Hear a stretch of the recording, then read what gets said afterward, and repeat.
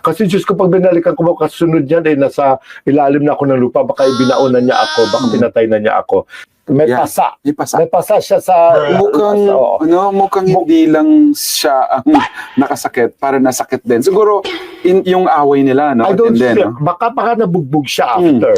Ngayon, a few days ago, di ba, nag-file na ng charges si Jelly Ao against Jam Ignacio sa National Bureau of Investigations, sa NBI. Last time, ito si Jam Ignacio. Jam Ignacio is the former boyfriend of Carla Estrada. Ikaw na, halimbawa ng ganyan, Hindi no? ko maramdaman yung pagsusori niya eh. Oo.